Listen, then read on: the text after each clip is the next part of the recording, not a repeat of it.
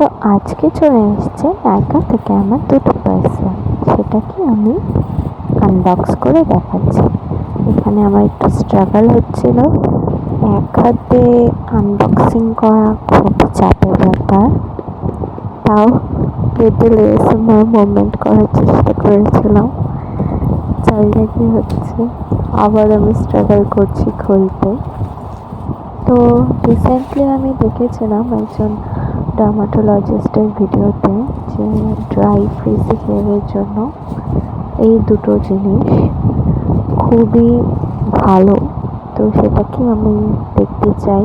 এটা হলো the skin স্টোরের conditioner, keratin conditioner and keratin shampoo আমি অর্ডার করেছিলাম নাইকা থেকে।